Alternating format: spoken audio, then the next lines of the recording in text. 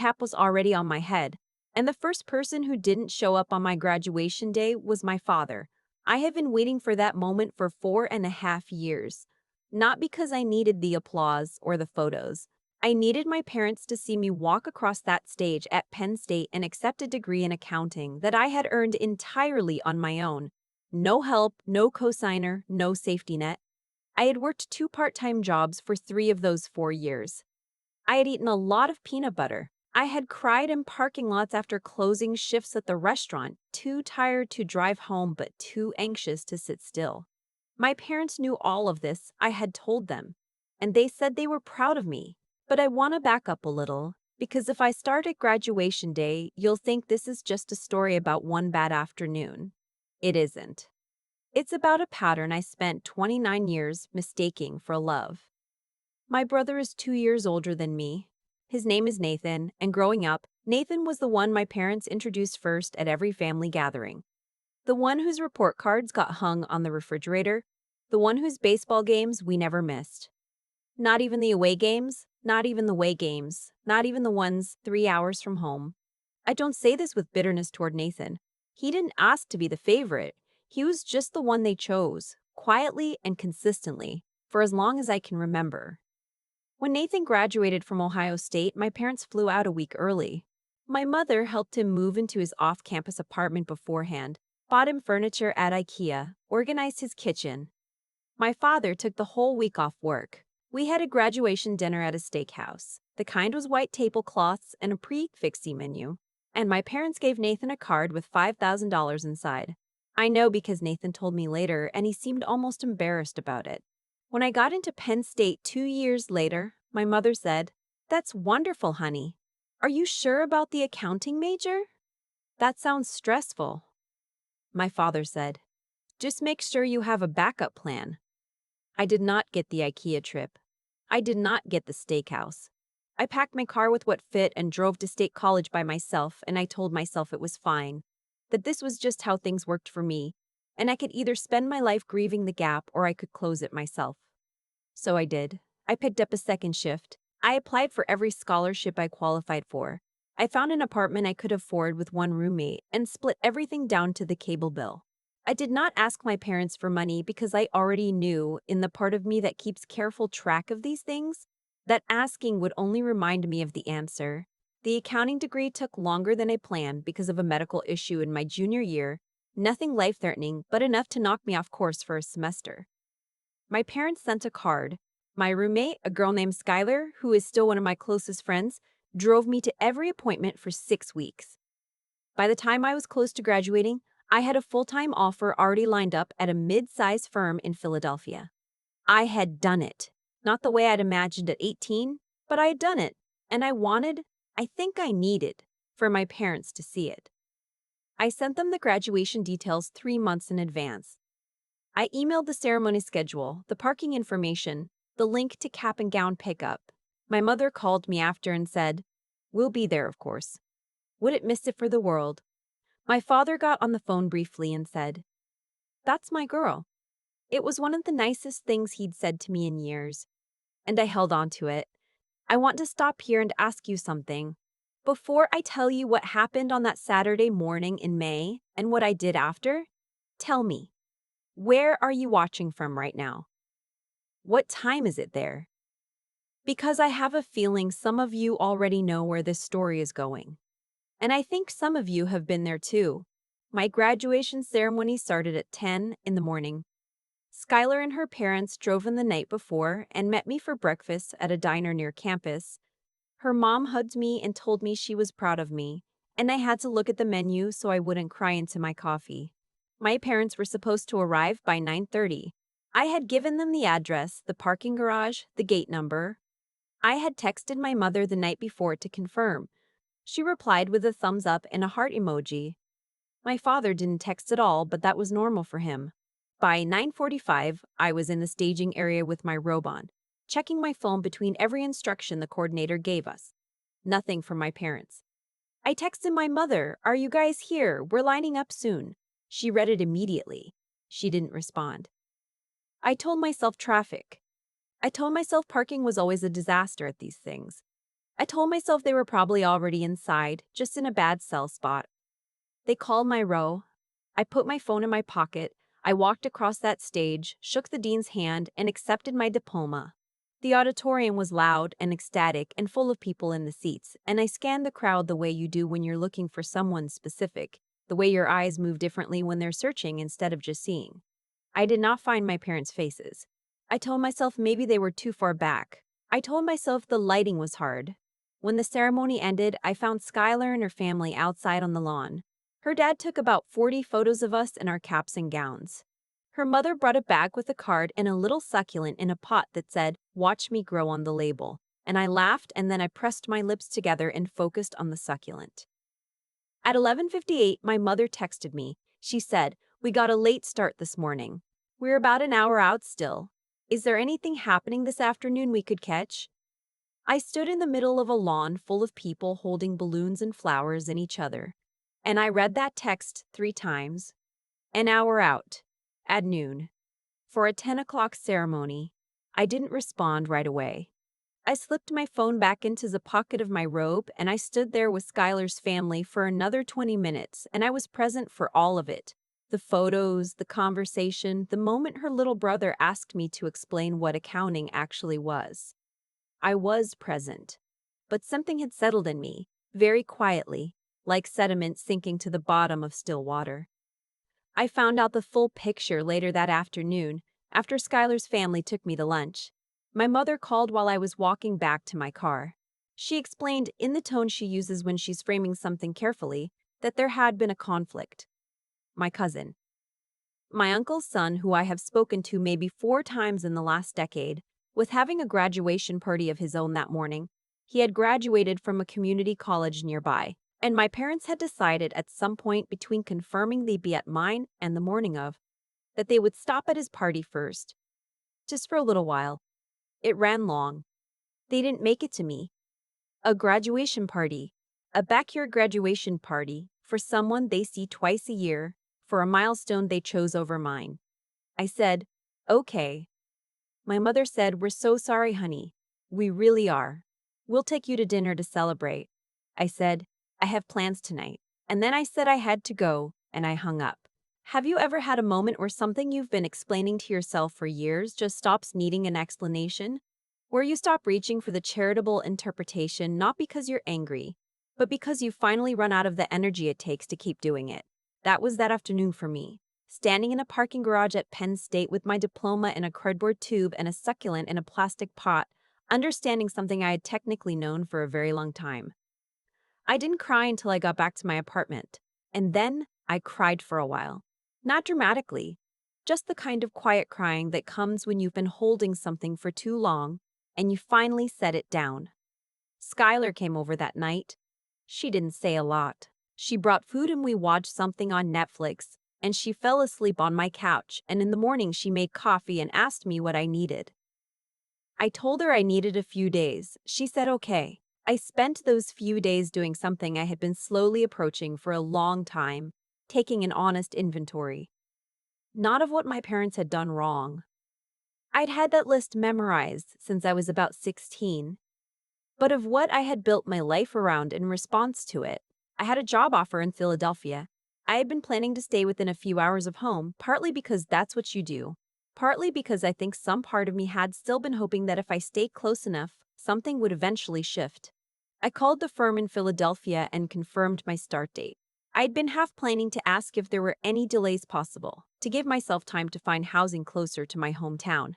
I did not ask that. I said I'd be there on the date we'd agreed.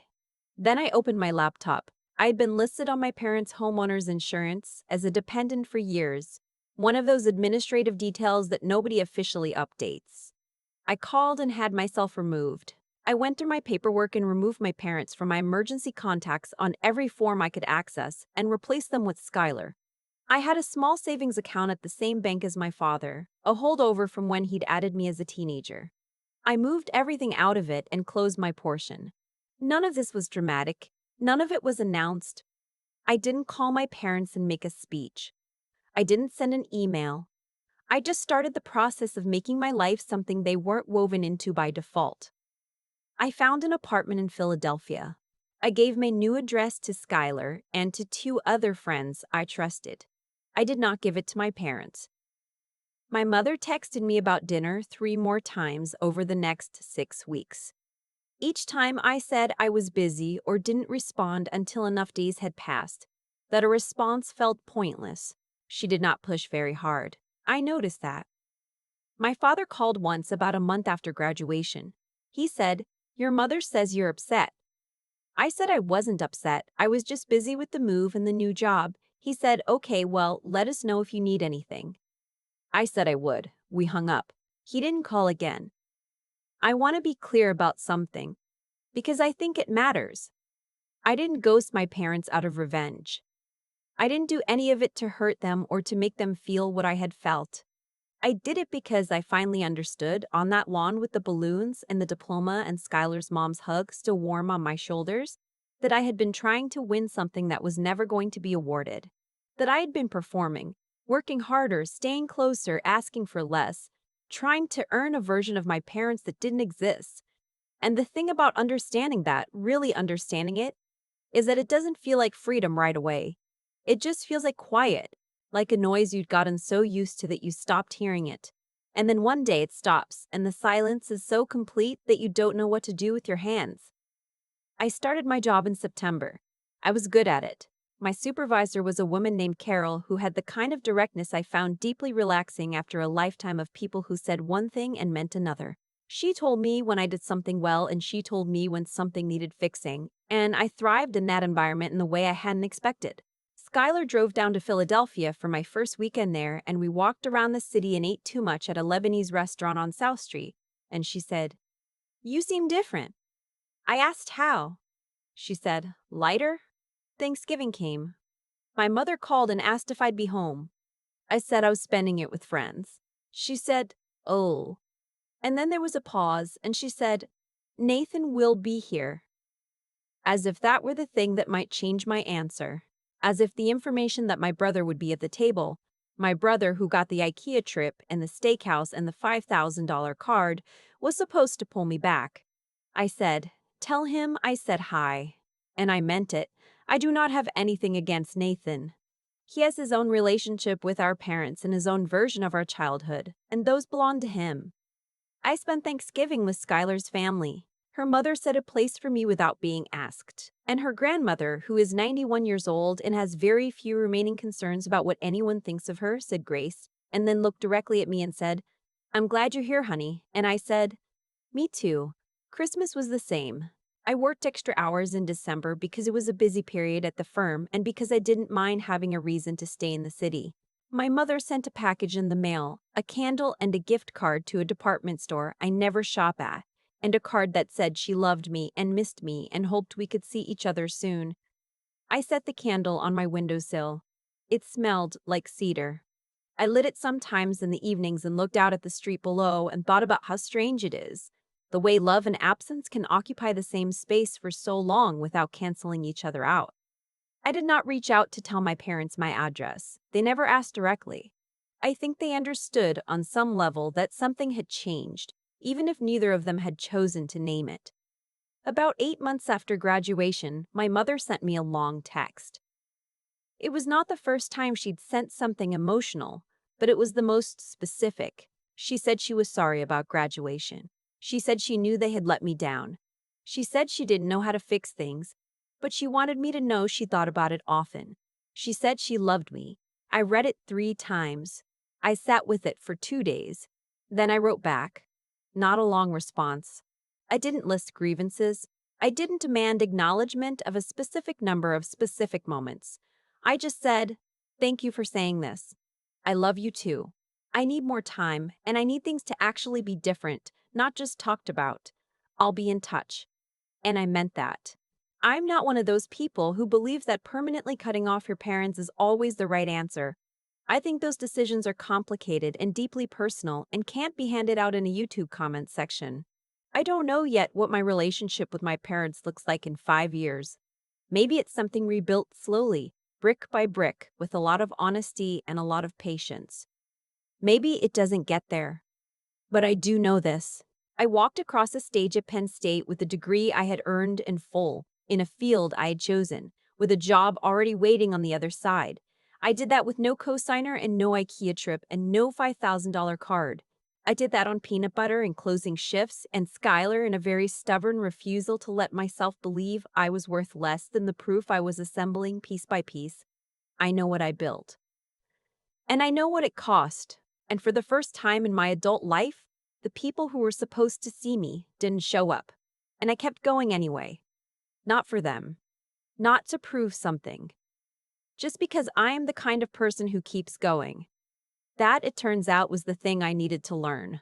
And I learned it on a lawn in May, holding a cardboard tube, while someone else's mother hugged me like she meant it. There's a moment I keep coming back to. Not the ceremony, not the text message, not even the parking garage. It's the image of Skylar's mother setting a place for me at Thanksgiving without being asked, just quietly pulling a chair up to the table and putting a plate there, like it was the most natural thing in the world. Like I had always belonged there. That image, more than anything, is what I think about when people ask me whether I regret how things turned out with my parents. I don't think life punishes people in neat, obvious ways. I don't think my parents missed my graduation and then immediately felt the full weight of what they'd chosen. It probably didn't hit them all at once. It probably came in small moments. A holiday with an empty chair, a phone that didn't ring on my birthday, an address they realized they didn't have. Consequences like that don't arrive with fanfare. They just accumulate quietly the same way the distance between people grows. Not in one dramatic rupture, but in all the small choices that nobody corrects in time. I think about who I was at 18, driving to Penn State alone with a car packed to the roof, telling myself it was fine. There was something honest in that girl, even then. She didn't have a lot of illusions about what she was working with, but she also hadn't yet learned to trust her own reading of the room. She kept second-guessing what she could see clearly. She kept reaching for the charitable interpretation, not because it was true, but because the alternative was something she wasn't ready to sit with yet.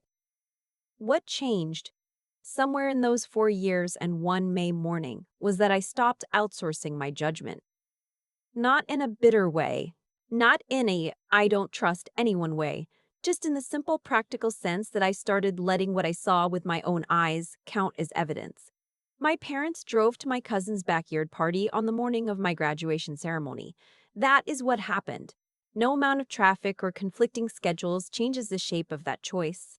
And here's what I want to say to anyone who recognizes the story. The hardest part wasn't cutting back on contact.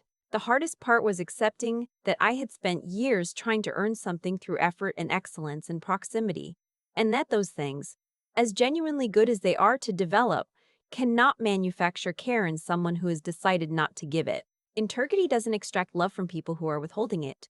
Intelligence doesn't solve for that variable. And no amount of perseverance closes a gap that the other person isn't trying to close from their side. Those qualities, the discipline to keep going, the clarity to see things as they are, the decency to act without cruelty even when you're in pain, those are yours. They belong to you. They are not bargaining chips. I learned that late, but I learned it. Skylar's mom put a plate at the table.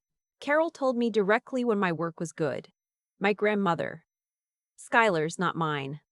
But mine now in every way that matters, looked at me across the Thanksgiving table and said she was glad I was there. I built a life that has that in it, not because I suffered enough to deserve it, but because I kept going long enough to find it. That, I think, is the whole story.